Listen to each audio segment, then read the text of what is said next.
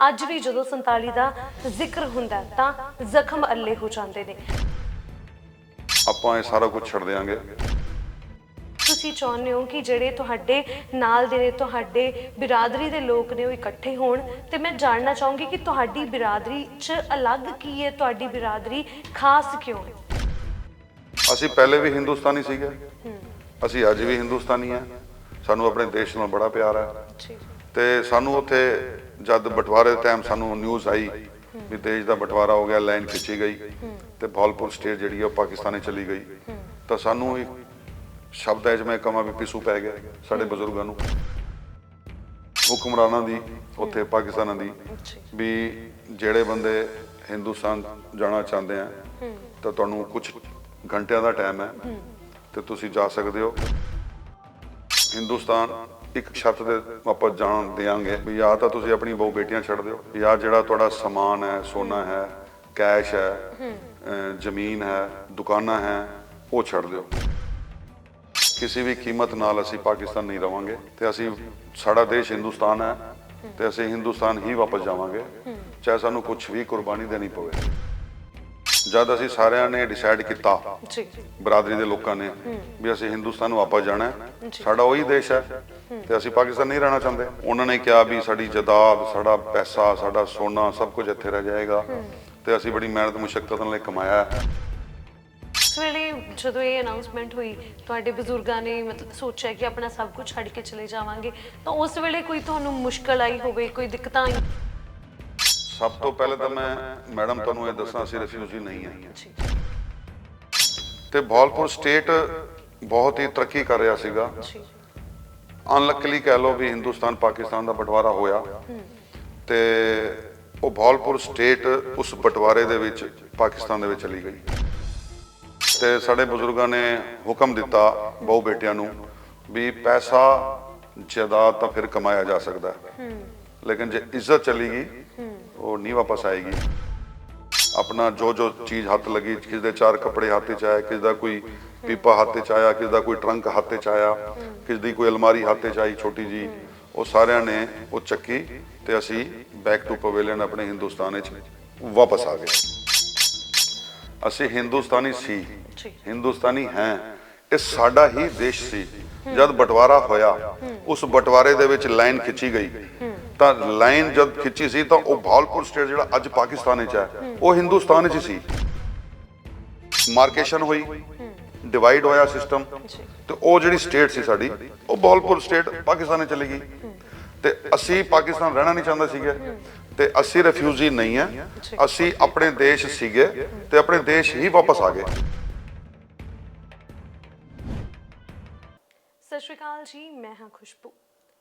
1947 ਅਜਿਹਾ ਸਮਾਂ ਜਿਸ ਨੂੰ ਭਾਵੇਂ ਪਾਕਿਸਤਾਨ ਦੇ ਲੋਕ ਹੋਣ, ਭਾਵੇਂ ਹਿੰਦੁਸਤਾਨ ਦੇ ਲੋਕ ਹੋਣ, ਅੱਜ ਵੀ ਜਦੋਂ 47 ਦਾ ਜ਼ਿਕਰ ਹੁੰਦਾ ਤਾਂ ਜ਼ਖਮ ਅੱਲੇ ਹੋ ਜਾਂਦੇ ਨੇ। ਕਈ ਜਿਹੜੇ ਨੇ ਲੋਕ ਪਾਕਿਸਤਾਨ ਛੱਡ ਕੇ ਹਿੰਦੁਸਤਾਨ ਦੇ ਵਿੱਚ ਆ ਗਏ ਨੇ, ਤਾਂ ਕਈ ਅਜਿਹੇ ਨੇ ਜਿਨ੍ਹਾਂ ਦਾ ਕੁਝ ਪਰਿਵਾਰ ਉੱਥੇ ਰਹਿ ਗਿਆ, ਤਾਂ ਕਈ ਅਜਿਹੇ ਨੇ ਜਿਹੜੇ ਕਦੀ ਅੱਜ ਤੱਕ ਵੀ ਮਿਲ ਨਹੀਂ ਪਾਏ। ਤਾਂ ਇਸੇ ਤਰ੍ਹਾਂ ਹੀ ਅੱਜ ਸਾਡੇ ਨਾਲ ਅਜਿਹੇ ਸ਼ਖਸ ਮੌਜੂਦ ਨੇ ਜੋ ਇਸੇ ਤਰ੍ਹਾਂ ਜੋ ਸੰਤਾਪ ਝੱਲ ਰਹੇ ਨੇ, ਉਹਨਾਂ ਦੇ ਪਰਿਵਾਰ ਵਾਲੇ ਕਹਿ ਲਓ, ਉਹਨਾਂ ਦੀ ਬਰਾਦਰੀ ਦੇ ਕਹਿ ਲਓ, ਉਹਨਾਂ ਸਾਰਿਆਂ ਨੂੰ ਮਿਲਾਉਣਾ ਚਾਹੁੰਦੇ ਨੇ। ਸਭ ਤੋਂ ਪਹਿਲਾਂ ਸਵਾਗਤ ਕਰਦੇ ਹਾਂ ਕ੍ਰਿਸ਼ਨ ਕੁਕਰੇਜਾ ਜੀ ਦਾ। ਸਵਾਗਤ ਹੈ ਜੀ। ਨਮਸਕਾਰ ਜੀ। ਸਰ, ਮੈਂ ਇਹੀ ਪੁੱਛਣਾ ਚਾਹੂੰਗੀ, ਪਹਿਲਾ ਸਵਾਲ ਇਹ, ਕਿਉਂਕਿ 1947 ਤੋਂ ਲੈ ਕੇ ਅੱਜ 2023 ਚੱਲ ਰਿਹਾ, ਤਾਂ ਇਹ ਚੀਜ਼ ਤੁਹਾਡੇ ਦਿਮਾਗ ਦੇ ਵਿੱਚ, ਦਿਲ ਦੇ ਵਿੱਚ ਕਿਵੇਂ ਆਈ ਕਿ ਇੰਨੇ ਸਮੇਂ ਬਾਅਦ ਹੁਣ ਤੁਸੀਂ ਚਾਹੁੰਦੇ ਹੋ ਕਿ ਜਿਹੜੇ ਤੁਹਾਡੇ ਨਾਲ ਦੇ ਨੇ, ਤੁਹਾਡੇ ਬਿਰਾਦਰੀ ਦੇ ਲੋਕ ਨੇ, ਉਹ ਇਕੱਠੇ ਹੋਣ? ਤੇ ਮੈਂ ਜਾਣਨਾ ਚਾਹੂੰਗੀ ਕਿ ਤੁਹਾਡੀ ਬਿਰਾਦਰੀ 'ਚ ਅਲੱਗ ਕੀ ਹੈ, ਤੁਹਾਡੀ ਬਿਰਾਦਰੀ ਖਾਸ ਕਿਉਂ ਹੈ? ਸਭ ਤੋਂ ਪਹਿਲਾਂ ਮੈਂ ਸਕਰੋਲ ਚੈਨਲ ਦਾ ਬਹੁਤ ਹੀ ਧੰਨਵਾਦ ਕਰਦਾ। ਤੁਸੀਂ ਮੈਨੂੰ ਆਪਣੇ ਸਟੂਡੀਓ ਬੁਲਾਇਆ, ਮੈਂ ਤੁਹਾਡਾ ਤਹਿ ਦਿਲ ਤੋਂ ਸ਼ੁਕਰੀਆ ਕਰਦਾ। ਮੈਡਮ, ਤੁਸੀਂ ਬਹੁਤ ਵਧੀਆ ਸਵਾਲ ਕੀਤਾ ਵੀ ਸਾਡੀ ਬਰਾਦਰੀ ਵਿੱਚ ਖਾਸ ਕੀ ਹੈ ਔਰ ਸਾਨੂੰ ਕੀ ਸੰਤਾਪ ਝੱਲਣਾ ਪੈ ਰਿਹਾ। ਮੈਡਮ, ਗੱਲ ਇਸ ਤਰ੍ਹਾਂ ਹੈ, ਜਦ ਹਿੰਦੁਸਤਾਨ ਔਰ ਪਾਕਿਸਤਾਨ ਦਾ ਬਟਵਾਰਾ ਹੋਇਆ ਤੇ ਜਿਤਨੇ ਵੀ ਸਾਡੇ ਹਿੰਦੁਸਤਾਨੀ ਸੀਗੇ, ਪਾਕਿਸਤਾਨ ਦਾ ਜਿਹੜਾ ਸੁਲਤਾਨ ਸੀ ਉਸ ਵੇਲੇ ਸਾਨੂੰ ਭਾਵਲਪੁਰ ਸਟੇਟ, ਇੱਕ ਸਟੇਟ ਸਾਨੂੰ ਉਹਨੇ ਅਲਾਉ ਕੀਤੀ ਵੀ ਸੀ। ਉਸ ਭਾਵਲਪੁਰ ਸਟੇਟ ਜਿਹੜੀ ਅੱਜ ਵੀ ਉੱਥੇ ਹੈ, ਉਸ ਭਾਵਲਪੁਰ ਸਟੇਟ ਦੇ ਵਿੱਚ ਅਸੀਂ ਭੌਲਪੁਰੀ ਰਹਿੰਦੇ ਸੀਗੇ।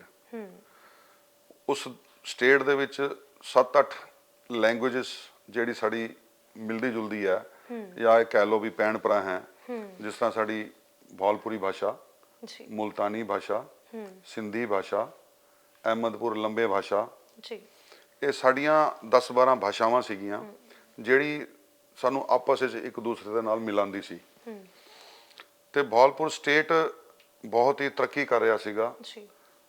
ਅਨਲੱਕਲੀ ਕਹਿ ਲਓ ਵੀ ਹਿੰਦੁਸਤਾਨ ਪਾਕਿਸਤਾਨ ਦਾ ਬਟਵਾਰਾ ਹੋਇਆ ਤੇ ਉਹ ਭੌਲਪੁਰ ਸਟੇਟ ਉਸ ਬਟਵਾਰੇ ਦੇ ਵਿੱਚ ਪਾਕਿਸਤਾਨ ਦੇ ਵਿੱਚ ਚਲੀ ਗਈ। ਤੇ ਜਿਹੜੇ ਅਸੀਂ ਬਰਾਦਰੀ ਦੇ ਲੋਕ ਉੱਥੇ ਰਹਿੰਦੇ ਸੀਗੇ, ਅਸੀਂ ਪਹਿਲੇ ਵੀ ਹਿੰਦੁਸਤਾਨੀ ਸੀਗੇ, ਅਸੀਂ ਅੱਜ ਵੀ ਹਿੰਦੁਸਤਾਨੀ ਆ। ਸਾਨੂੰ ਆਪਣੇ ਦੇਸ਼ ਨਾਲ ਬੜਾ ਪਿਆਰ ਹੈ। ਤੇ ਸਾਨੂੰ ਉੱਥੇ ਜਦ ਬਟਵਾਰੇ ਦੇ ਟਾਈਮ ਸਾਨੂੰ ਨਿਊਜ਼ ਆਈ ਵੀ ਦੇਸ਼ ਦਾ ਬਟਵਾਰਾ ਹੋ ਗਿਆ, ਲਾਈਨ ਖਿੱਚੀ ਗਈ ਤੇ ਭੌਲਪੁਰ ਸਟੇਟ ਜਿਹੜੀ ਆ ਉਹ ਪਾਕਿਸਤਾਨੇ ਚਲੀ ਗਈ, ਤਾਂ ਸਾਨੂੰ ਇੱਕ ਸ਼ਬਦਾਂ 'ਚ ਮੈਂ ਕਹਾਂ ਵੀ ਪਿੱਸੂ ਪੈ ਗਏ ਸਾਡੇ ਬਜ਼ੁਰਗਾਂ ਨੂੰ, ਔਰ ਘਬਰਾਹਟ ਛਿੜ ਗਈ।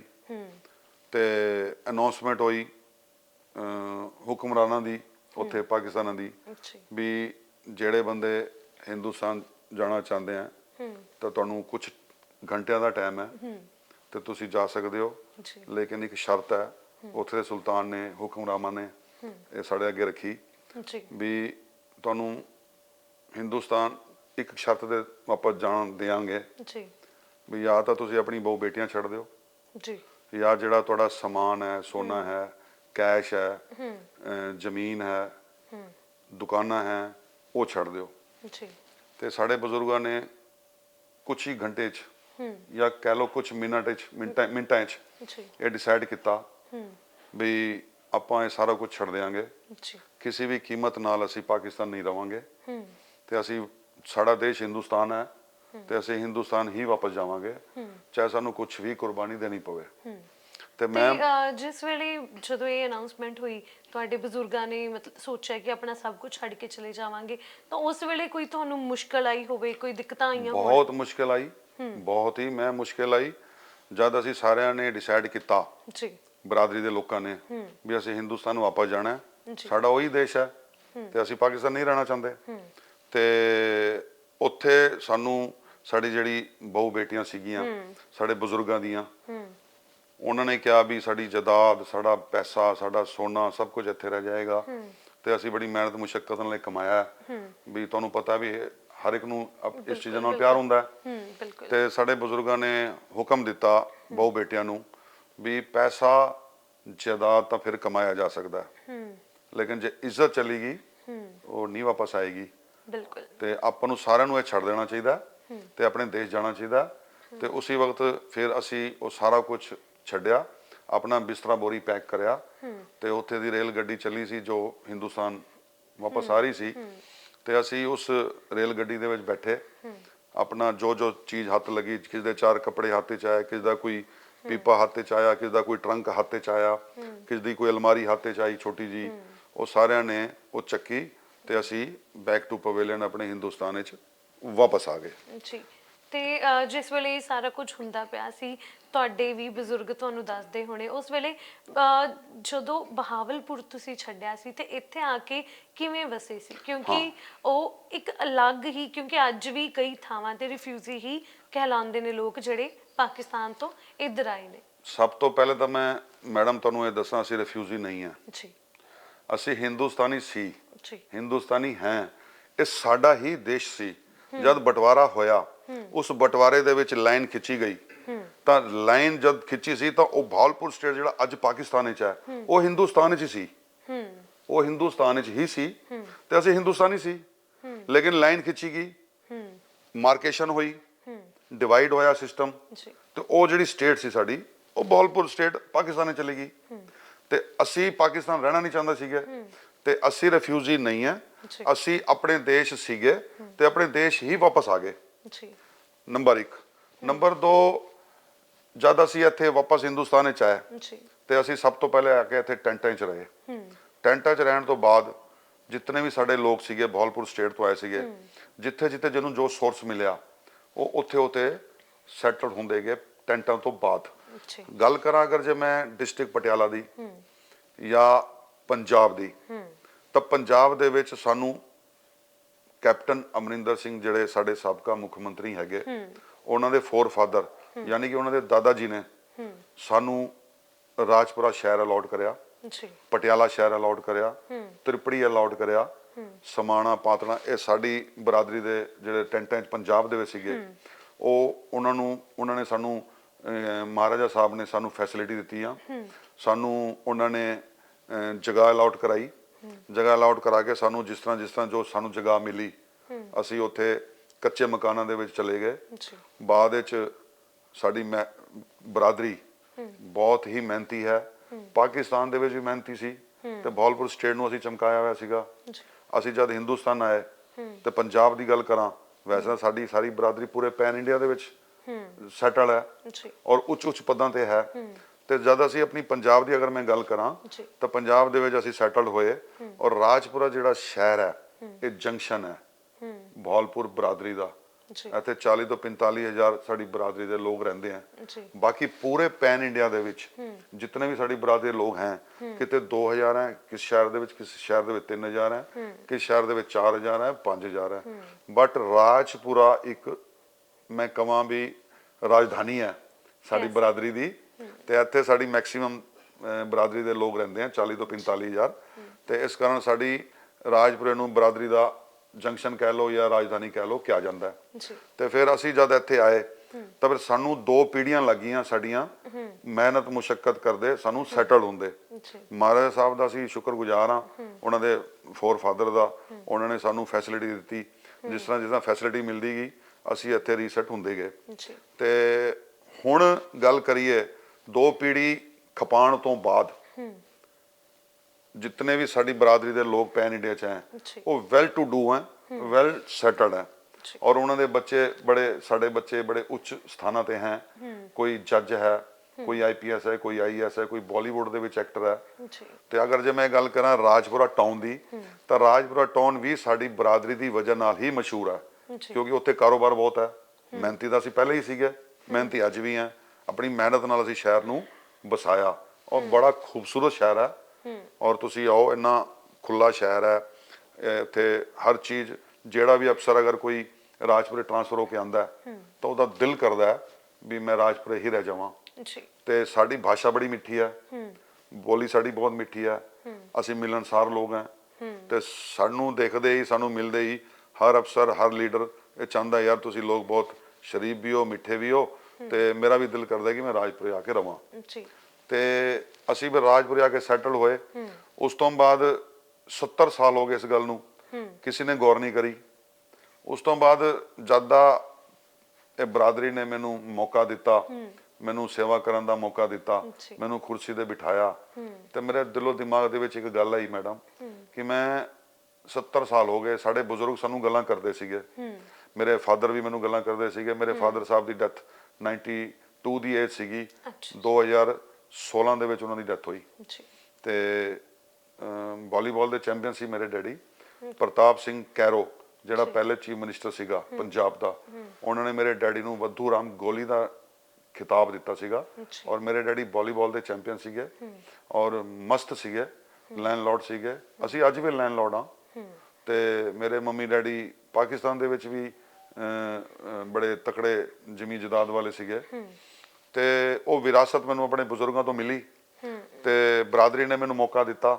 ਤੇ ਮੇਰੇ ਦਿਲੋਂ ਦਿਮਾਗ 'ਚ ਇੱਕ ਗੱਲ ਆਈ ਵੀ ਮੈਂ ਕਿਉਂ ਨਾ ਕੁਝ ਹਟ ਕੇ ਕਰਾਂ ਬਰਾਦਰੀ ਵਾਸਤੇ, ਕੁਝ ਐਸਾ ਇੱਕ ਸਿਸਟਮ ਬਣਾਵਾਂ ਵੀ ਜਿਸ ਦੇ ਨਾਲ ਸਾਡਾ ਸਾਰਾ ਕੁੰਡਮਾ, ਸਾਡਾ ਸਾਰਾ ਬਰਾਦਰੀ ਦਾ ਪਰਿਵਾਰ ਜਿਹੜਾ ਦੂਰ ਦੂਰ ਤੱਕ ਹੈ, ਉਹਨਾਂ ਨੂੰ ਇੱਕ ਮੰਚ ਤੇ ਲੈ ਕੇ ਆਈਏ।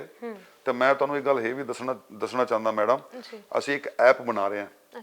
ਉਹ ਇੱਕ ਐਪ ਐਸੀ ਹੈ ਕਿ ਸਪੋਜ਼ ਪੂਰਾ ਪੈਨ ਇੰਡੀਆ ਦੇ ਨਾਲ ਉਹ ਐਪ ਨੂੰ ਅਸੀਂ ਜੋੜਾਂਗੇ। ਤੇ ਸਪੋਜ਼ ਅਗਰ ਤੁਸੀਂ ਅੱਜ ਚੰਡੀਗੜ੍ਹ ਬੈਠੇ ਹੋ ਤੇ ਤੁਸੀਂ ਸੂਰਤ ਜਾਣਾ ਚਾਹੁੰਦੇ ਹੋ ਗੁਜਰਾਤ ਵਿੱਚ, ਤੇ ਤੁਸੀਂ ਦੇਖਣਾ ਚਾਹੁੰਦੇ ਹੋ ਵੀ ਮੈਨੂੰ ਸੂਰਤ ਕੌਣ ਮੈਨੂੰ ਮਿਲੇ ਬੰਦਾ, ਤੇ ਤੁਸੀਂ ਉਸ ਐਪ ਦੇ ਜ਼ਰੀਏ ਸਰਚ ਕਰੋਗੇ ਤੇ ਜਿਹੜੀ ਵੀ ਸਾਡੀ ਬਰਾਦਰੀ ਦੇ ਬੰਦੇ ਹੋਣਗੇ, ਜਿਹੜੇ ਉੱਥੇ ਦੇ ਡਿਗਨੈਰਿਟੀ ਹੋਣਗੇ, ਅੱਛੇ ਹੋਣਗੇ, ਤਾਂ ਉਹ ਤੁਹਾਨੂੰ ਐਪ ਦੇ ਵਿੱਚ ਮਿਲਣਗੇ। ਉਹਨਾਂ ਦਾ ਐਡਰੈਸ ਮਿਲੇਗਾ, ਟੈਲੀਫੋਨ ਨੰਬਰ ਮਿਲੇਗਾ, ਤੁਸੀਂ ਉਹਨਾਂ ਨੂੰ ਕੰਟੈਕਟ ਕਰ ਸਕਦੇ ਹੋ, ਉਹਨਾਂ ਕੋਲ ਜਾ ਸਕਦੇ ਹੋ। ਉਹ ਵੀ ਅਸੀਂ ਇੱਕ ਐਪ ਬੜੀ ਜਲਦੀ ਤੁਹਾਨੂੰ ਮਤਲਬ ਦਿਖਾਵਾਂਗੇ, ਕਿ ਬਿਲਕੁਲ ਤੁਸੀਂ ਅਲੱਗ ਕਰਨਾ ਚਾਹੁੰਦੇ ਅਲੱਗ ਹੋ ਕਰਨਾ ਜੀ। ਚਾਹੁੰਦੇ ਆ। ਜੀ ਤੇ 24 ਮਈ ਨੂੰ ਜਿਹੜਾ ਅਸੀਂ ਹੁਣ ਪ੍ਰੋਗਰਾਮ ਕਰ ਰਹੇ ਹਾਂ ਅਭਿਨੰਦਨ ਪੈਲੇਸ ਰਾਜਪੁਰਾ ਦੇ ਵਿੱਚ, ਜੀ ਉਹ ਇੱਕ ਉਹਦਾ ਹੀ ਪਾਰਟ ਹੈ।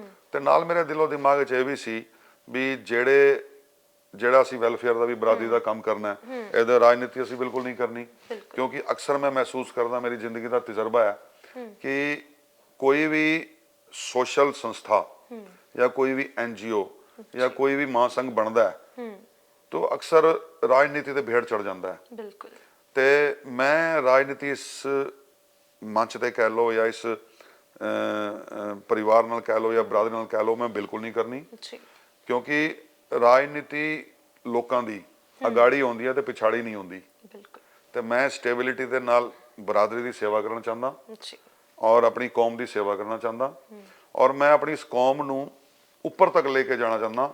ਜਿਹੜੀਆਂ ਚੀਜ਼ਾਂ ਸਾਨੂੰ ਨਹੀਂ ਮਿਲੀਆਂ, ਮੈਂ ਤੁਹਾਡੀ ਇਸ ਇੰਟਰਵਿਊ ਦੇ ਜਰੀਏ, ਚੈਨਲ ਦੇ ਜਰੀਏ ਆਪਣੀ ਬਰਾਦਰੀ ਨੂੰ ਇੱਕ ਮੰਚ ਤੇ ਇਕੱਠਾ ਕਰਨ ਤੋਂ ਬਾਅਦ 24 ਮਈ ਨੂੰ, ਤਾਂ ਮੈਂ ਸੈਂਟਰ ਗਵਰਨਮੈਂਟ, ਆਪਣੇ ਮੋਦੀ ਸਾਹਿਬ ਕਹਿ ਲਓ, ਅਮਿਤ ਸ਼ਾਹ ਜੀ ਕਹਿ ਲਓ, ਜਿਹੜੇ ਸਾਡੇ ਹੋਮ ਮਿਨਿਸਟਰ ਸਾਹਿਬ ਹੈ, ਜੀ ਉਹਨਾਂ ਕੋਲ ਵੀ ਇੱਕ ਸੰਦੇਸ਼ ਪਹੁੰਚਾਵਾਂਗਾ ਵੀ ਸਾਡੀ ਬਰਾਦਰੀ ਨੂੰ ਤੁਸੀਂ ਗੌਰ ਕਰੋ। ਅਸੀਂ ਮਿਹਨਤ ਮੁਸ਼ੱਕਤ ਕਰਕੇ ਦੁਬਾਰਾ ਰੀਸੈਟਲ ਹੋਏ ਹਾਂ, ਸਾਨੂੰ ਕੁਝ ਮਾਨਤਾ ਪ੍ਰਾਪਤ ਕਰੋ, ਜੀ ਸਾਡੀ ਲੈਂਗੁਏਜ ਨੂੰ, ਕੁਝ ਭਾਸ਼ਾ ਨੂੰ ਅਕੈਡਮੀ ਦੇ ਰੂਪ ਦੇ ਵਿੱਚ ਕੁਝ ਸਟੇਬਲ ਕਰੋ। ਤੇ ਕਾਫੀ ਕੁਝ ਗੱਲਾਂ ਹੈਗੀਆਂ ਜਿਹੜੀ ਅਸੀਂ ਸੈਂਟਰ ਗਵਰਨਮੈਂਟ ਨਾਲ ਵੀ ਕਰਨੀ ਹੈ ਆਉਣ ਵਾਲੇ ਟਾਈਮ ਵਿੱਚ। ਜੀ ਤੇ ਬਹੁਤ ਅੱਛੀ ਗੱਲ ਹੈ ਕਿ ਇੱਕ ਅਲੱਗ ਲੈਵਲ ਤੇ ਸੋਚਣਾ, ਆਪਣਿਆਂ ਦਾ ਸੋਚਣਾ, ਕਿਉਂਕਿ ਆਪਣਾ ਤਾਂ ਹਰ ਕੋਈ ਸੋਚਦਾ, ਆਪਣਿਆਂ ਦਾ ਕੋਈ ਕੋਈ ਸੋਚਦਾ ਹੈ। ਬਿਲਕੁਲ ਤੁਸੀਂ ਤੇ ਸਹੀ ਕਹਿ ਰਹੇ ਇਸ ਤਰੀਕੇ ਦੇ ਨਾਲ ਮੈਂ ਇਹ ਵੀ ਜਾਣਨਾ ਚਾਹੂੰਗੀ ਕਿ ਹੋ।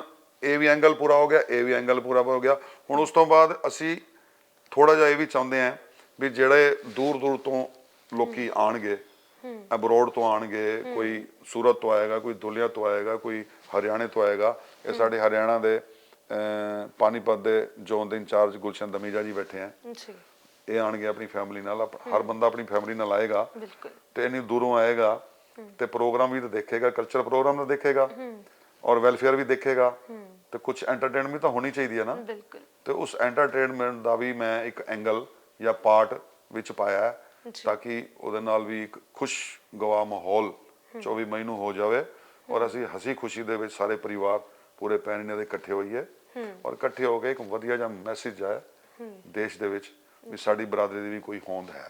ਜੀ ਤੇ ਇਹ ਜੋ ਤੁਹਾਡਾ ਪ੍ਰੋਗਰਾਮ ਹੈ ਕਿਸ ਲੈਵਲ ਤੱਕ ਹੋਏਗਾ, ਕਿਹੋ ਜਿਹੇ ਅਦਾਕਾਰ ਜਾਂ ਪੋਲੀਟੀਸ਼ੀਅਨਸ, ਕਿਉਂਕਿ ਜਦੋਂ ਕੋਈ ਵੀ ਅਸੀਂ ਅਲੱਗ ਕੰਮ ਸ਼ੁਰੂ ਕਰਦੇ ਹਾਂ ਤੇ ਉਹਦੇ ਲਈ ਸਾਨੂੰ ਕਾਫੀ ਜ਼ਿਆਦਾ ਲੋਕਾਂ ਦੀ ਪਹੁੰਚ ਵੀ ਚਾਹੀਦੀ ਹੁੰਦੀ, ਕਾਫੀ ਜ਼ਿਆਦਾ ਲੋਕਾਂ ਨੂੰ ਇੱਕ ਸਾਰਵਜਨਿਕ ਤੌਰ ਤੇ ਹੁੰਦਾ ਆ। ਤੇ ਕਿਸ ਲੈਵਲ ਤੇ ਹੋਏਗਾ ਇਹ ਪ੍ਰੋਗਰਾਮ?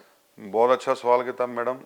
ਜੀ 11 ਮਹੀਨੇ ਤੋਂ ਮੈਂ ਆਪਣੀ ਬਰਾਦਰੀ ਦੇ ਟੱਚ 'ਚ ਹਾਂ ਜੀ ਔਰ ਉਹਨਾਂ ਦੇ ਡੋਰ ਟੂ ਡੋਰ ਸੰਪਰਕ ਦੇ ਵਿੱਚ ਹਾਂ ਔਰ ਉਹਨਾਂ ਦੀ ਡੈਸਟੀਨੇਸ਼ਨ ਤੇ ਜਾ ਕੇ ਮੈਂ ਸਾਰਾ ਪ੍ਰੋਗਰਾਮ ਉਹਨਾਂ ਨੂੰ ਰੂਬਰੂ ਕਰਾ ਰਿਹਾ। ਜੀ ਇਹ ਮੇਰੀ 11 ਮਹੀਨੇ ਦੀ ਪ੍ਰੈਕਟਿਸ ਹੈ ਜਿਹੜਾ ਮੈਂ 24 ਮਈ ਦਾ ਪ੍ਰੋਗਰਾਮ ਕਰ ਰਿਹਾ।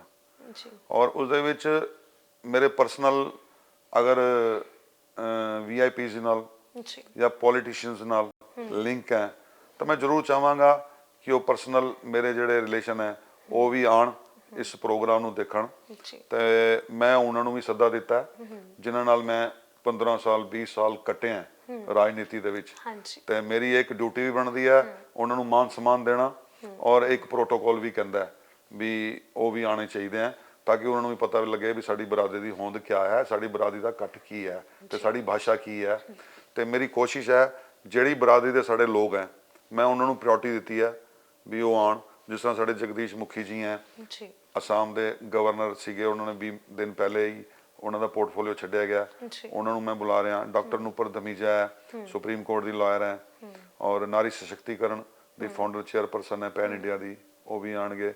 ਸੰਧਿਆ ਬਜਾਜ ਹੈ, ਸੁਪਰੀਮ ਕੋਰਟ ਦੀ ਲਾਇਰ ਸਾਡੀ ਬਹਾਲਪੁਰੀ ਹੈ, ਉਹ ਵੀ ਆਣਗੇ। ਤੇ ਇਸ ਤਰ੍ਹਾਂ ਦੇਖਿਆ ਜਾਏ ਤਾਂ ਮੇਰਾ ਗੋਬਿੰਦਾ ਨਾਲ ਵੀ ਮੈਂ ਬੰਬੇ ਗਿਆ ਸੀਗਾ, ਉਹ ਆਊਜਾ ਸਾਡੀ ਮੁਲਤਾਨੀ ਹੈ, ਉਹਨਾਂ ਨਾਲ ਵੀ ਮੇਰਾ ਸੰਪਰਕ ਚੱਲ ਰਿਹਾ, ਸ਼ਾਇਦ ਉਹ ਵੀ ਆਣ।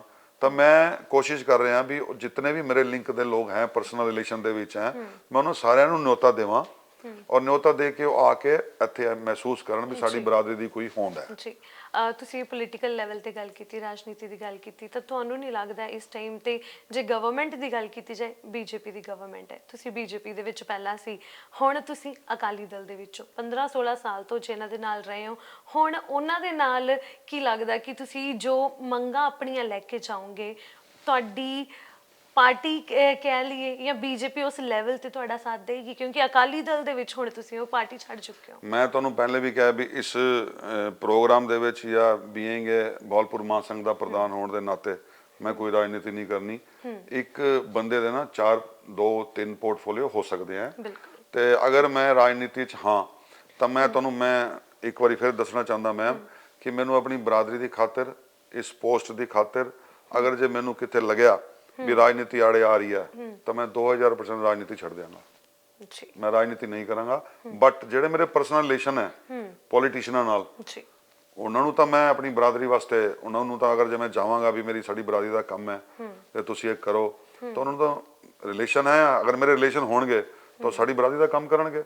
ਮੈਂ ਆਪਣੇ ਰਿਲੇਸ਼ਨ ਦਾ ਬੈਨੀਫਿਟ ਆਪਣੀ ਬਰਾਦਰੀ ਨੂੰ ਜ਼ਰੂਰ ਦਿਆਂਗਾ, ਬਟ ਮੈਂ ਰਾਜਨੀਤੀ ਨਹੀਂ ਕਰਾਂਗਾ। ਜੀ। ਤੇ ਜਿਹੜਾ ਇਹ ਪ੍ਰੋਗਰਾਮ ਹੋਣ ਵਾਲਾ ਇਹਦੇ ਵਿੱਚ ਬਾਲੀਵੁੱਡ ਸਿਤਾਰੇ ਕਿਹੜੇ ਆ ਰਹੇ ਨੇ, ਜਾਂ ਕੀ ਤੁਹਾਡਾ ਅਰੇਂਜਮੈਂਟ ਕਿਸ ਤਰੀਕੇ ਦਾ? ਮੈਂ ਕੱਲ ਡੀਸੀ ਸਾਹਿਬ ਕੋਲ ਆਫਿਸ ਗਿਆ ਸੀਗਾ, ਉਹ ਮੀਟਿੰਗ ਸੀਗੀ ਮੈਡਮ ਡੀਸੀ ਪਟਿਆਲਾ।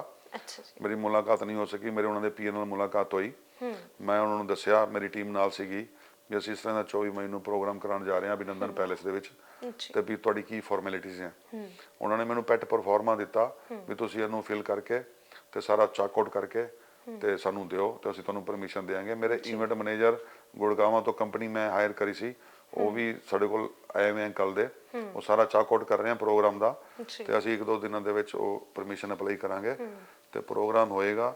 ਔਰ ਬੜਾ ਇੱਕ ਡਿਗਨਿਟੀ, ਜਿਸ ਤਰ੍ਹਾਂ ਆਉਂਦੇ ਆ ਕਿਸੇ ਫੰਕਸ਼ਨ ਦੇ ਵਿੱਚ, ਉਸ ਬੜੇ ਪ੍ਰੋਟੋਕੋਲ ਦੇ ਨਾਲ ਪ੍ਰੋਗਰਾਮ ਦੇ ਵਿੱਚ ਸਿਕਿਉਰਿਟੀ ਪੂਰੀ ਹੋਏਗੀ ਔਰ ਪ੍ਰੋਗਰਾਮ ਹੋਏਗਾ। ਔਰ ਉਹਦੇ ਵਿੱਚ ਵਧੀਆ ਜਿਹਾ ਇੱਕ ਸਿਸਟਮ ਹੋਏਗਾ ਜਿਹਦੇ ਵਿੱਚ ਮਹਿਸੂਸ ਬੰਦੇ ਕਰਨਗੇ ਕਿ ਇਹ ਪ੍ਰੋਗਰਾਮ ਵਾਕਈ 70 ਸਾਲਾਂ 'ਚ ਇਹੋ ਜਿਹਾ ਪ੍ਰੋਗਰਾਮ ਨਹੀਂ ਹੋਇਆ। ਜੀ। ਤੇ ਇੱਕ ਸਵਾਲ ਮੈਂ ਕੁਕਰੇਜਾ ਜੀ ਹੋਰ ਪੁੱਛਣਾ ਚਾਹੂੰਗੀ ਕਿ ਤੁਸੀਂ ਆਪਣੀ ਸਾਰੀ ਬਰਾਦਰੀ ਨੂੰ ਪੈਨ ਇੰਡੀਆ ਇਕੱਠਾ ਕਰਨ ਦਾ ਸੋਚਿਆ, ਪਰ ਸਾਰੇ ਦੇ ਸਾਰੇ ਭਵਲਪੁਰੀਏ ਤਾਂ ਮੈਨੂੰ ਲੱਗਦਾ ਪਾਕਿਸਤਾਨ ਛੱਡ ਕੇ ਮੇ ਵੀ ਨਹੀਂ ਆਏ ਹੋਣੇ, ਤੇ ਜੇਕਰ ਹੱਲੇ ਵੀ ਪਾਕਿਸਤਾਨ ਦੇ ਵਿੱਚੋਂ ਹੋਣਗੇ, ਜਿਵੇਂ ਤੁਸੀਂ ਇੱਧਰ ਸਾਰਿਆਂ ਨੂੰ ਇਕੱਠੇ ਕਰ ਰਹੇ ਹੋ, ਤੇ ਕਦੀ ਇਹ ਚੀਜ਼ ਹੋ ਸਕਦੀ ਹੈ ਕਿ ਤੁਸੀਂ ਪਾਕਿਸਤਾਨ ਦੇ ਵਿੱਚ ਵੀ ਉਹਨਾਂ ਦਾ ਹਾਲ ਚਾਲ ਦੇਖਿਆ ਜਾਏ? ਕਿਉਂਕਿ ਜਿਸ ਤਰੀਕੇ ਤੁਸੀਂ ਦੱਸਿਆ ਕਿ ਉਹਨਾਂ ਦੀ ਉਸ ਵੇਲੇ ਅਨਾਉਂਸਮੈਂਟ ਹੋਈ ਸੀ, ਜਾਂ ਜ਼ਮੀਨਾਂ ਛੱਡ ਦਿਓ, ਜਾਇਦਾਦ ਛੱਡ ਦਿਓ, ਜਾਂ ਆਪਣੀ ਬਹੂ ਬੇਟੀ ਛੱਡ ਦਿਓ, ਤੇ ਉਸ ਤੋਂ ਬਾਅਦ ਜਿਹੜੇ ਉੱਥੇ ਰਹਿ ਗਏ ਉਹਨਾਂ ਦੇ ਨਾਲ ਕੀ ਕੁਝ ਹੋਇਆ ਹੋਏਗਾ, ਅੱਜ ਉਹ ਕਿਹੜੇ ਹਾਲਾਤਾਂ 'ਚ ਹੋਣਗੇ? ਤੁਸੀਂ ਅਜਿਹਾ ਕਦੀ ਸੋਚੋਗੇ ਕਿ ਉਹਨਾਂ ਦੇ ਨਾਲ ਵੀ ਰਾਬਤਾ ਕਾਇਮ ਕੀਤਾ ਜਾਏ? ਦੇਖੋ, ਇਹ ਤੁਹਾਡਾ ਜਿਹੜਾ ਸਵਾਲ ਹੈ ਬਹੁਤ ਵਧੀਆ ਸਵਾਲ ਹੈ। ਇਸ ਵਿਸ਼ੇ ਦੇ ਬਾਰੇ ਮੈਂ ਸੈਂਟਰ ਗਵਰਨਮੈਂਟ ਨਾਲ ਗੱਲ ਕਰੂੰਗਾ ਜੀ, ਔਰ ਉਹਨਾਂ ਨੂੰ ਦੱਸੂਗਾ ਵੀ ਅਗਰ ਜੇ ਸਾਡੇ ਉਹ ਪਾਕਿਸਤਾਨ ਦੇ ਜਿਹੜੇ ਬਰਾਦਰੀ ਦੇ ਲੋਕ ਉੱਥੇ ਹੈ, ਅਗਰ ਉਹ ਵਾਪਸ ਆਉਣਾ ਚਾਹੁੰਦੇ ਆ ਅੱਜ ਵੀ, ਤਾਂ ਮੈਂ ਭਾਰਤ ਸਰਕਾਰ ਦੇ ਜ਼ਰੀਏ, ਹੋਮ ਮਿਨਿਸਟਰ ਸਾਹਿਬ ਦੇ ਜ਼ਰੀਏ ਉਹਨਾਂ ਨੂੰ ਰਿਕੁਐਸਟ ਕਰੂੰਗਾ ਕਿ ਅਗਰ ਜੇ ਉਹ ਇੱਥੇ ਆਪਣੇ ਦੇਸ਼ ਦੇ ਵਿੱਚ ਆਉਣਾ ਚਾਹੁੰਦੇ ਆ ਤਾਂ ਉਹਨਾਂ ਨੂੰ ਲੈ ਕੇ ਆਓ। ਇਹ ਵਿਸ਼ਾ ਜਿਹੜਾ ਕੁਝ ਸੈਂਟਰ ਗਵਰਨਮੈਂਟ ਦੇ ਰਿਲੇਟਡ ਹੈ, ਤੇ ਇਹ ਮੈਂ ਪ੍ਰਯਾਸ ਜ਼ਰੂਰ ਕਰੂੰਗਾ ਆਉਣ ਵਾਲੇ ਟਾਈਮ ਦੇ ਵਿੱਚ। ਜੀ। ਸੋ ਸਾਡੀਆਂ ਵੀ ਇਹ ਵਿਸ਼ੇਸ ਨੇ ਕਿ ਜਿਸ ਤਰੀਕੇ ਦੇ ਨਾਲ ਤੁਸੀਂ ਇੱਕ ਨਵਾਂ ਉਪਰਾਲਾ ਸ਼ੁਰੂ ਕੀਤਾ, ਆਪਣੀ ਸਾਰੀ ਕਮਿਊਨਿਟੀ ਨੂੰ ਇਕੱਠੇ ਕਰਨ ਦਾ ਇੱਕ ਅਲੱਗ ਲੈਵਲ ਤੇ, ਚਾਹੇ ਉਹ ਹਾਸੇ ਦੇ ਵਿੱਚ ਹੋਵੇ, ਚਾਹੇ ਆਪਣੇਪਣ ਦੇ ਵਿੱਚ ਹੋਵੇ, ਕਿ ਇੱਕ ਨਵਾਂ ਉਪਰਾਲਾ ਕੀਤਾ। ਅਸੀਂ ਵੀ ਚਾਹਾਂਗੇ ਕਿ ਜ਼ਰੂਰ ਇਹ ਬਿਲਕੁਲ ਇਵੈਂਟ ਜੋ ਤੁਹਾਡੇ ਵੈਲਫੇਅਰ ਨੇ ਸ਼ੁਰੂ ਕੀਤਾ ਬਹੁਤ ਜ਼ਿਆਦਾ ਸਕਸੈਸਫੁਲ ਹੋਵੇ 24 ਮਈ ਨੂੰ ਜੋ ਹੋਣ ਜਾ ਰਿਹਾ। ਸੋ ਅਸੀਂ ਅੱਗੇ ਵੀ ਇਹੀ ਪ੍ਰੇ ਕਰਾਂਗੇ ਕਿ ਇਸੇ ਤਰੀਕੇ ਦੇ ਨਾਲ ਕਿ ਇੱਕ ਜੁਟਤਾ ਬਣੀ ਰਵੇ। ਸੋ ਇਸ ਦੇ ਨਾਲ ਹੀ ਦੋ ਹੁਣ ਇਜਾਜ਼ਤ। ਬਹੁਤ ਕਈ ਸਟੋਰੀਜ਼ ਇਹੋ ਜਿਹੀਆਂ ਹੁੰਦੀਆਂ ਨੇ, ਕਈ ਲੋਕ ਇਹੋ ਜਿਹੇ ਹੁੰਦੇ ਨੇ ਜਿਨ੍ਹਾਂ ਦੇ ਪਿੱਛੇ ਬੈਕਗਰਾਉਂਡ 'ਚ ਦੇਖਿਆ ਜਾਏ, ਝਾਤ ਮਾਰੀ ਜਾਏ ਤਾਂ ਬਹੁਤ ਕੁਝ ਹੁੰਦਾ। ਜਿਵੇਂ ਅੱਜ ਕੁਕਰੇਜਾ ਜੀ ਦੇ ਨਾਲ ਮੁਲਾਕਾਤ ਹੋਈ, ਪਤਾ ਲੱਗਿਆ ਕਿ ਇੱਕ ਅਲੱਗ ਸਟੇਟ ਸੀ, ਉੱਥੇ ਕੀ ਕੁਝ ਹੋਇਆ ਕੀ ਕੁਝ ਨਹੀਂ, ਤਾਂ 2 ਪੀੜ੍ਹੀਆਂ ਲੱਗ ਗਈਆਂ ਇੱਥੇ ਸੈਟਲ ਹੋਣ ਨੂੰ, ਤੇ ਹੁਣ ਉਹ ਆਪਣਿਆਂ ਦੇ ਬਾਰੇ ਦੇ ਵਿੱਚ ਸੋਚ ਰਹੇ ਨੇ। ਸੋ ਅਸੀਂ ਵੀ ਦੁਆਵਾਂ ਦੇਵਾਂਗੇ, ਸਾਡੀਆਂ ਵੀ ਵਿਸ਼ੇਸ ਨੇ ਕਿ ਇਹ ਜੋ ਚਾਹੁੰਦੇ ਨੇ ਉਸੇ ਤਰੀਕੇ ਦੇ ਨਾਲ ਹੀ ਹੋਵੇ। ਸੋ ਇਸ ਦੇ ਨਾਲ ਦਿਓ ਮੈਨੂੰ ਇਜਾਜ਼ਤ, ਤਦ ਤੱਕ ਲਈ ਜੁੜੇ ਰਹੋ ਸਾਡੇ ਚੈਨਲ ਦੇ ਨਾਲ। ਸਤਿ ਸ਼੍ਰੀ ਅਕਾਲ।